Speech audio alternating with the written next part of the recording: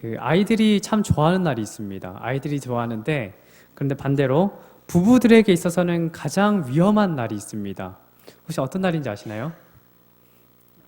아이들은 상당히 좋아하는 날이지만 그런데 이제 어른들은 이제 부부들은 상당히 위험한 날입니다. 네, 맞습니다. 명절입니다. 어, 지금 헤어지러 갑니다라는 제가 기사 하나를 보게 됐어요. 이 결혼 4년 차인 한 여인이 이번 추석 연휴가 끝나면 바로 이혼 절차를 밟을 거라라는 그런 기사인데 왜냐면 매년 명절을 앞두고 집안일 챙기느라 스트레스를 상당히 많이 받기 때문에 이제 나중에 이게 너무 과중하다 보니까 이혼까지 생각을 하게 된 것입니다. 이 여성은 만면이라는 그 이유로 명절 음식 준비를 혼자서 도맡아 왔다라고 고백을 해요. 뿐만 아니라 장보기, 음식 만들기, 그리고 설거지까지 이렇게 다 하는데 아무도 도와주지 않고 자기는 만면이라는 이유 때문에 혼자 다 한다라는 것 때문에 큰 이제 스트레스를 받았다고 합니다.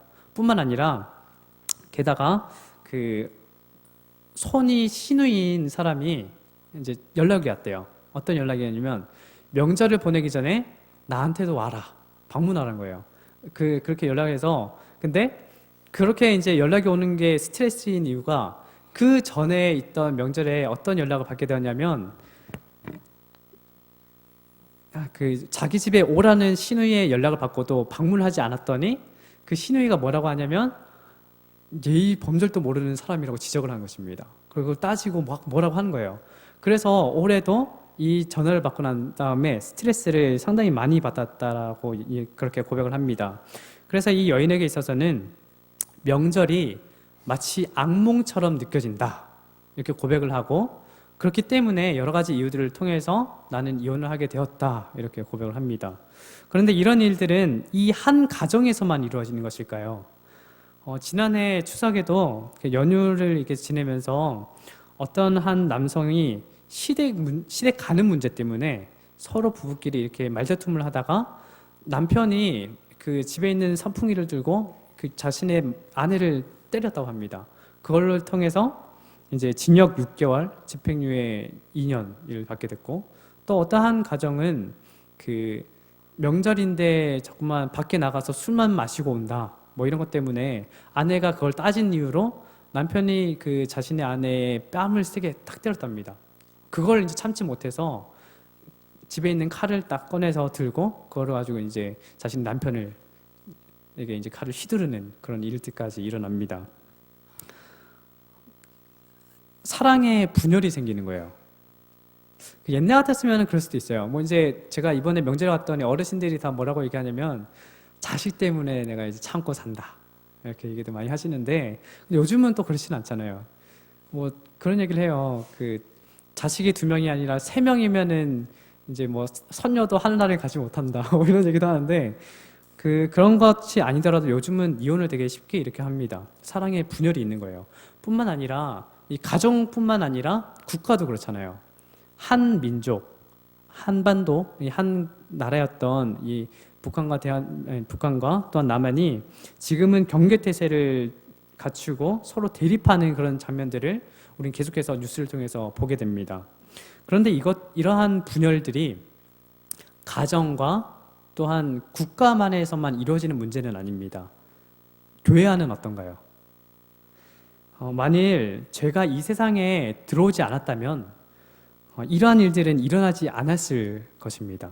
그런데 우리 그리스도인들이 참된 그리스도인으로서의 삶을 산다면 또한 예수님께서 하시는 그 말씀을 우리가 귀담아 듣고 그것을 실천을 한다면 이 땅에서 분열이 이루어지는 것, 우리 교회 안에서 분열이 있는 일은 없을 것입니다.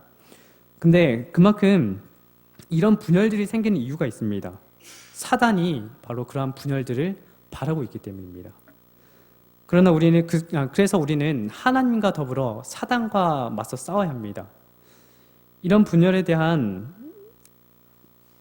성경에는 여러 가지 해결책, 처방들이 있는데 오늘은 에베소서 4장에 있는 말씀을 가지고 해결책, 처방에 대해서 한번 알아보고자 합니다.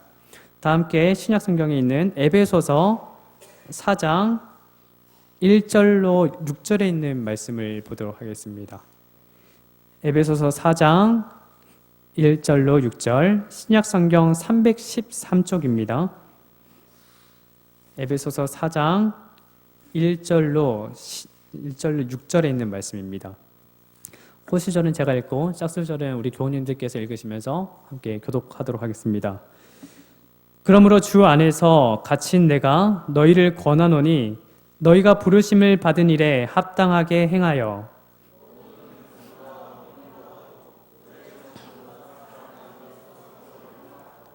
평안에 매는 줄로 성령이 하나 되게 하신 것을 힘써 지키라.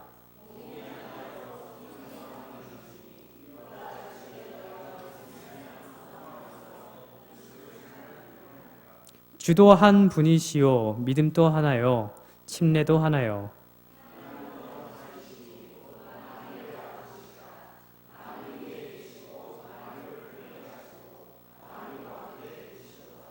아멘. 에베소서 4장 1절을 보시면 이렇게 시작을 합니다. 그러므로라는 그 접속사를 통해서 이제 4장이 시작이 되는데, 에베소서 1장부터 3장까지가 에베소서의 전반부라고 보면은 에베소서 4장부터 6장까지는 에베소서의 후반부를 가리킵니다. 그래서 4장 1절에서 이 그러므로라는 이 접속사는 에베소서의 전반부와 또한 후반부를 연결시키는 고리 역할을 하는 접속사이기도 합니다. 에베소서 1장과 3절은 소위 교회론에 대한 내용들입니다. 교회가 무엇인가에 대해서 교리적으로 사도 바울이 접근하면서 기록한 것이지요.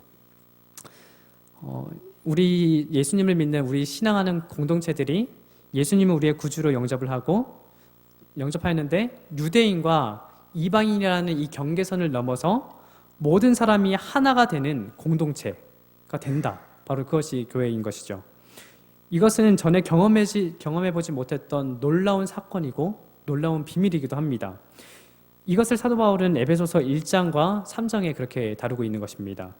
이러한 교리에서부터 시작해서 그러면 한 공동체를 이루어 한 몸에 한 지체를 이루는 하나님의 백성들은 실제적인 삶의 영역에서 우리가 어떻게 하나된 삶을 이루어갈 수 있느냐, 우리가 어떻게 하나된 삶을 이룰 수 있느냐에 대해서 다루는 것이 바로 에베소서 4장과 6장에 걸쳐서 나오는 내용들입니다.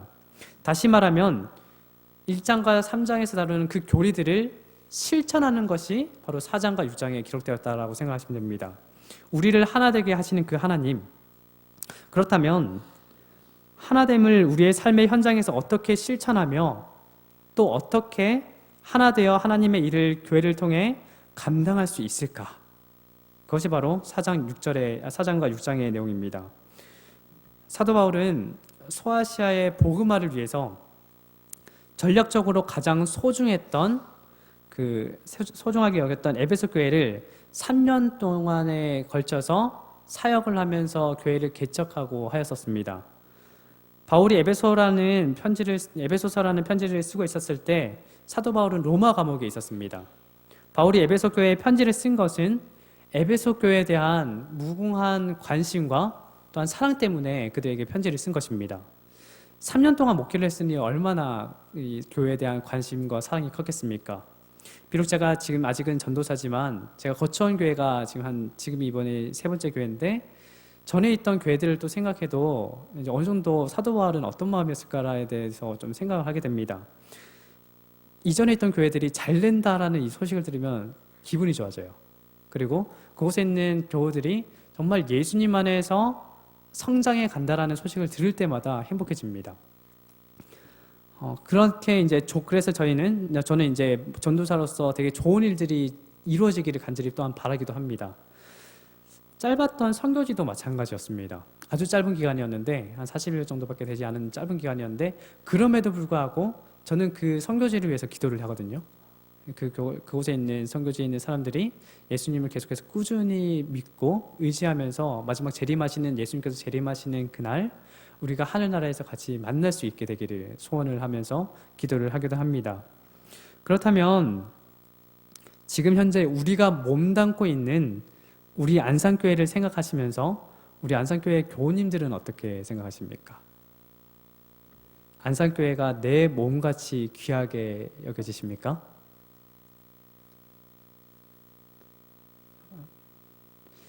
사도 바울에게 있어서 에베소 교회는 꿈에도 잊을 수 없는 교회입니다. 그리고 에베소 교회를 생각하며 이 교회가 하나 될 때에만 비로소 아시아 전역에 강력한 복음의 선포가 이루어질 수 있다는 것에 대해서 사도 바울은 염려를 하고 생각을 하고 편지를 쓰게 된 것입니다. 그래서 감옥에서 붓을 들어서 그렇게 편지를 쓴 것이죠. 4장 1절에 있는 말씀을 제가 다시 한번 읽겠습니다. 그러므로 주 안에서 갇힌 내가 너희를 권하노니 너희가 부르심을 받은 일에 합당하게 행하며, 이렇게 기록을 합니다. 너희는 교회 가운데로 부르심을 받았다라고, 한 몸에 한 지체가 되도록 부르심을 받았다고. 그렇다면 거기에 합당하게 너희는 행해야 한다고 지금 사도 바울은 그렇게 권면하는 것입니다. 에베소서의 전체적인, 그러니까 1장부터 6장에 걸쳐서 전체적인 성경 말씀 가운데서 중요한 구절이 있다면 저는 이 에베소서 4장 3절이라고 생각을 합니다. 4장 3절에는 이렇게 기록합니다. 평안에 매는 줄로 성령이 하나 되게 하신 것을 힘써 지켜라. 하나 되게 하신 것을 힘써 지키라. 성령께서 우리가 예수님을 우리의 구주로 받아들였을 때 하나 되게 하셨다는 것입니다. 하나 되라는 말이 아니라 이미 하나 되게 하셨는데 그것을 어떻게 하라는 것이죠? 지키라는 것입니다. 하나 되게 되었으니까 너희는 그것을 지켜나가라는 것입니다. 하나 되게 하신 것이 분열될 때가 있습니다. 하나가 됐는데 이미 예수 그리스도 안에서 우리가 하나가 됐는데 분열되게 됩니다. 그 분열의 이유가 무엇일까요? 그것은 나 자신, 그리고 내가 내 안에 존재하는 그 죄들, 그런 것들 때문에 우리 가운데 분열이 일어나는 것입니다.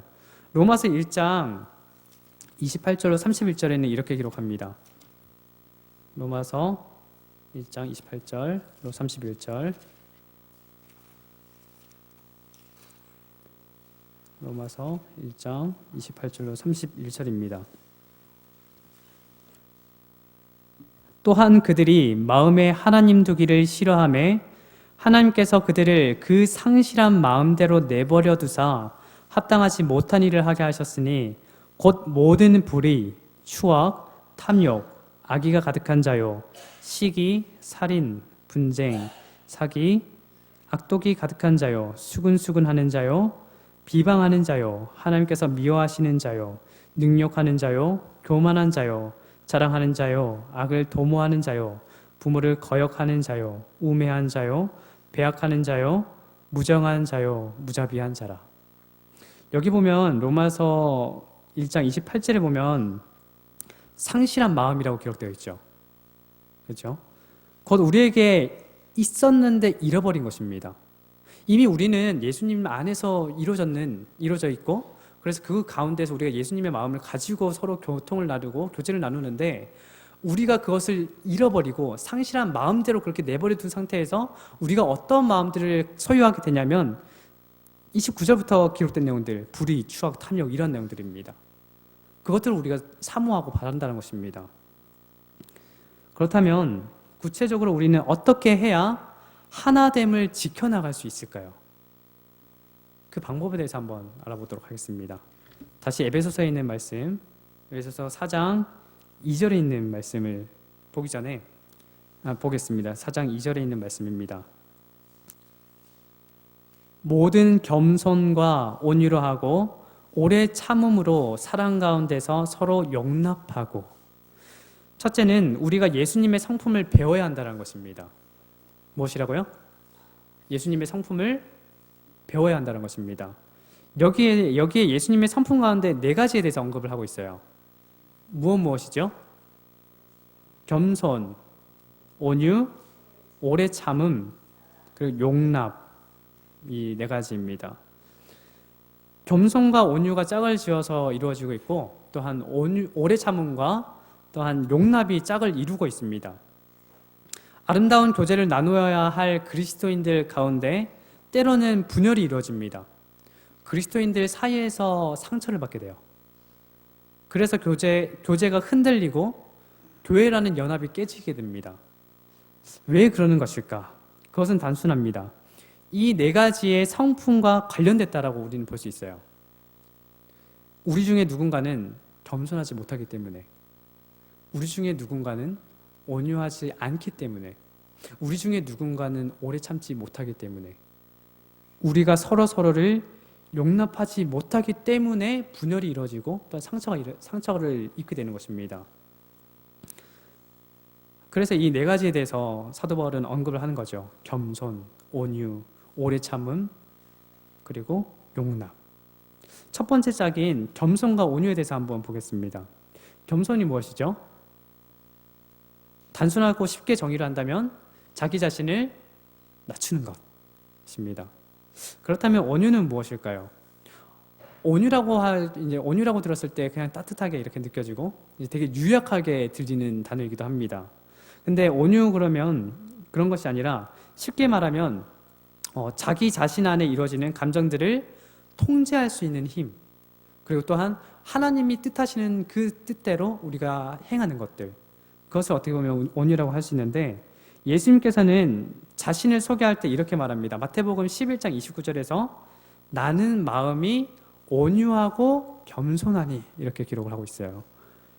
그것이 바로 예수님의 성품인 것입니다. 온유하고 겸손한 것.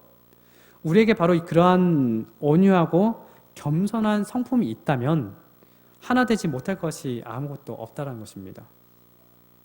우리의 모든 불이치를 극복할 수 있게 되는 것입니다. 바울은 그래서 그렇게 가르치고 있는 것이에요. 더 나아가 예수님의 성품은 오래 참음의 성품입니다. 어떤 한 교인이 한 목사님께 이렇게 왔대요. 와서 뭘 요청을 하냐면 기도를 해달라고. 그래서 이제 목사님이 그러겠죠. 아니, 무엇을 위해서 기도를 해드릴까요? 그랬더니 이분이 목사님, 저는 인내를 못해요. 참지를 못해요. 오래 참지를 못하겠어요. 그것을 위해서 기도해 주세요. 그랬더니 목사님께서 알겠다고 하면서 이제 무릎을 꿇고 기도를 했겠죠. 기도하는 가운데 이 목사님이 이렇게 기도를 합니다. 하나님, 이 형제에게 환난을 보내주세요. 그랬더니 이제 너무 이상한 거잖아요. 지금 오래 참게 해달라고, 인내하게 해달라는데 환난을 달라. 그래가지고 이제 이 성도가 어떻게 하냐면 그 목사님의 옆구리를 툭툭툭 치면서, 목사님, 그게 아니라고요. 목사님, 환난이 아니라 인내라고요. 인내를 할 수 있도록 기도해달라고요. 그래서 이제 목사님은 이제 기도를 끝내고 이렇게 얘기를 합니다. 환난은 인내를 낳고 인내는 연단을 낳고라는 말씀을 기억하시나요? 환난 없이 인내는 만들어지지 않습니다. 우리 인생에서 경험하는 환난 가운데 성령께서는 우리를 빚어 인내하는 사람으로 만들어 주시거든요. 그렇지 않습니까? 또한 용납에 대해서 알아보겠습니다. 용납하는 예수님의 그 성품.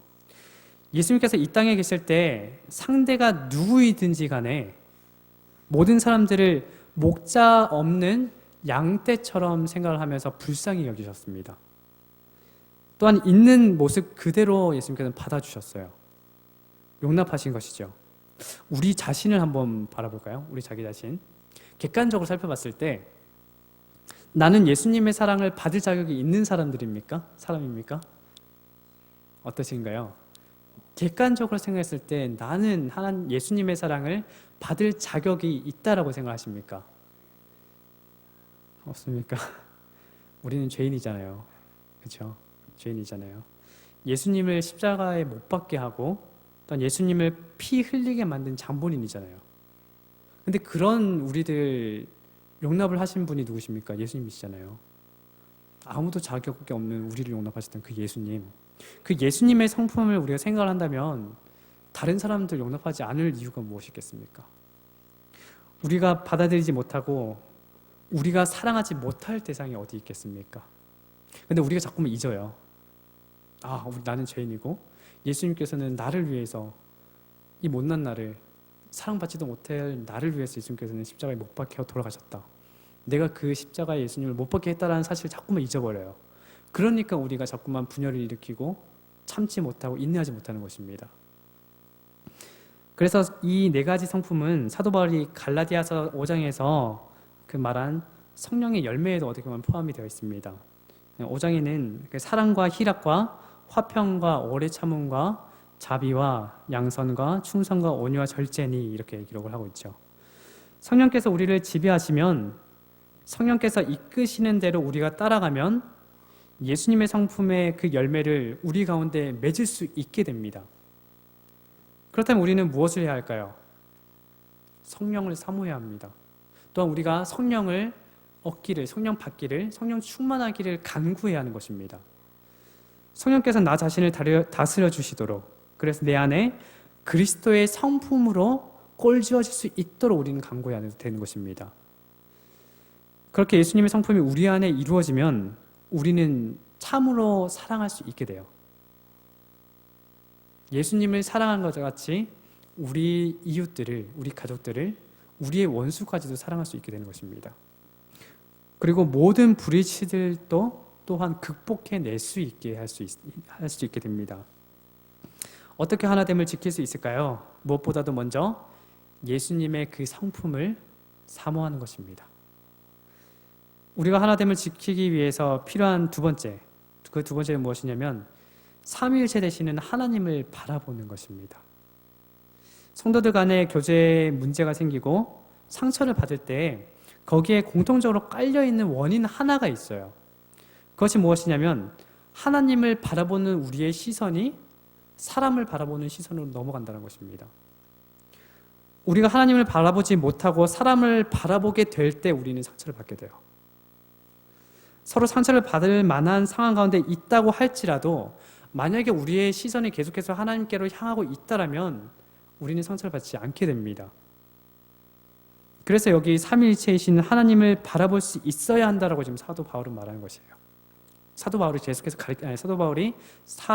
삼위일체 하나님을 가리키는 것입니다. 그리고 바울은 성도들이 하나 되는 근거로서 삼위일체 하나님을 우리에게 보여줍니다. 4절에 보실까요?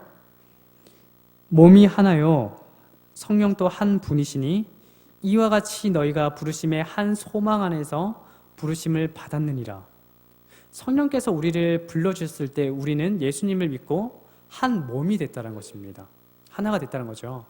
맞지 않습니까? 5절에는 또한 이렇게 기록합니다. 주도 한 분이시요 믿음도 하나요 침례도 하나요. 성자 예수님을 통해서 우리가 어떻게 하나가 되었는가.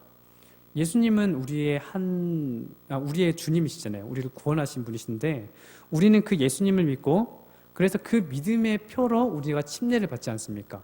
그것을 통해서 우리가 교회에 또 입교를 하는 것이죠. 그래서 우리는 하나가 되는 것입니다.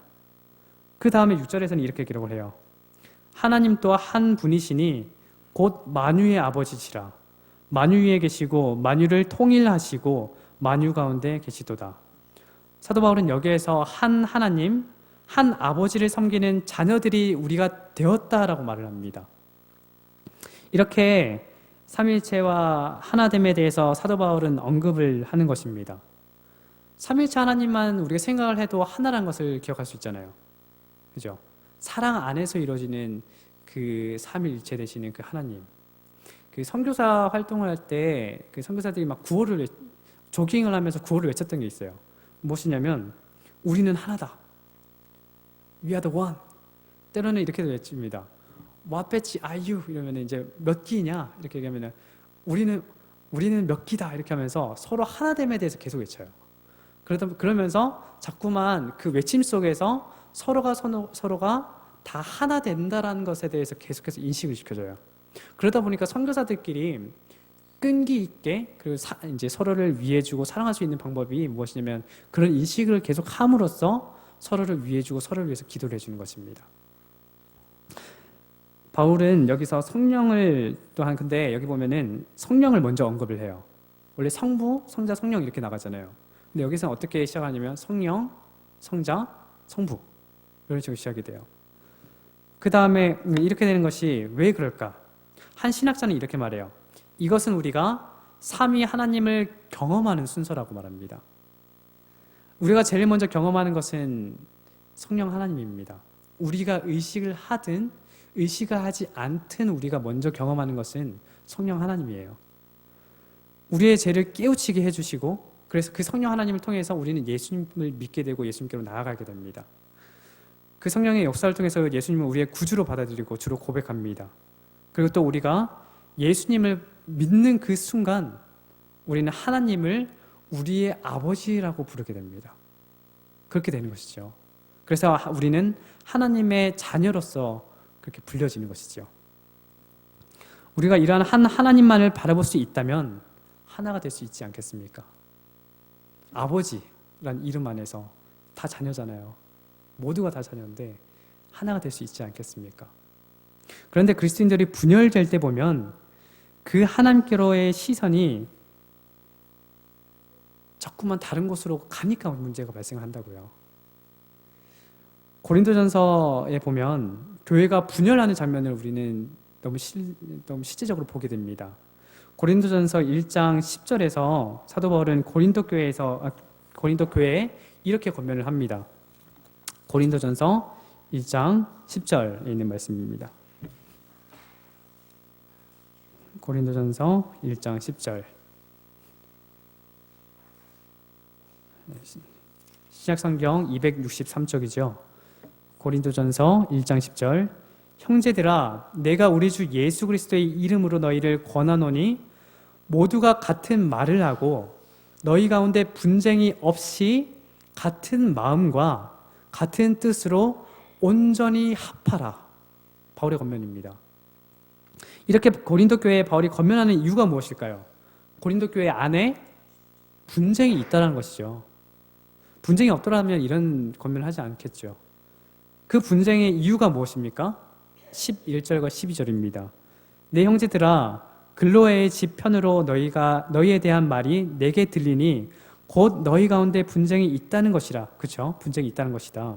내가 이것을 말하거니와 너희가 각각 이르되 나는 바울에게, 나는 아볼로에게, 나는 게바에게, 나는 그리스도에게 속한 자라 한다는 것이니.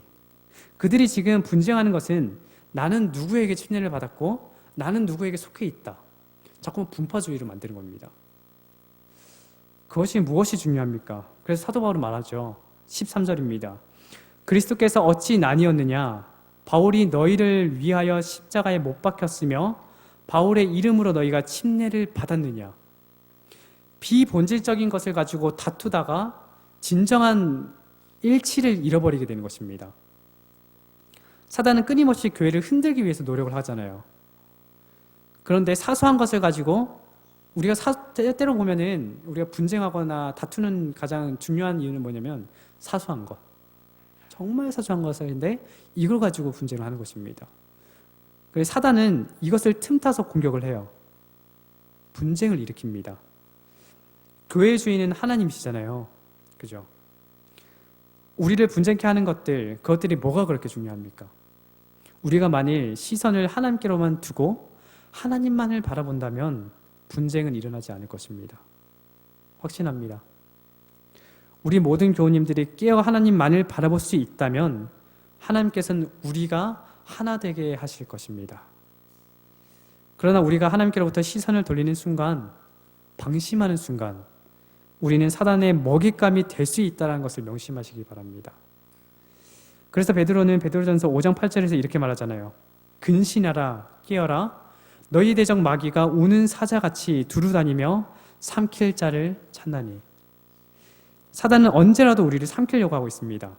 그러니 깨어 하나님만을 바라보시기를 간절히 소원합니다. 우리가 어떻게 하나됨을 지킬 수 있을까요? 마지막으로 할 수 있는 일을 속히 해야 하는 것입니다. 그것도 특별히 평화를 위한 노력들을 해야 합니다. 평화를 지키기 위한 노력들. 우리 교회가 하나됨을 위해서 내 몫에 대한 나의 노력을 하라는 말입니다. 내게 여러 가지 몫이 있을 거 아니에요. 거기에 대해서 내 몫만큼만 노력을 해서 열심히 하라는 것입니다. 3절입니다. 에베소서 4장 3절. 평안에 매는 줄로 성령이 하나 되게 하신 것을 힘써 지키라. 3절에 보면 성령이 하나 되게 하신 것을 그 다음에 무엇이라고 기록하죠? 힘써 지키라라고 권면을 합니다.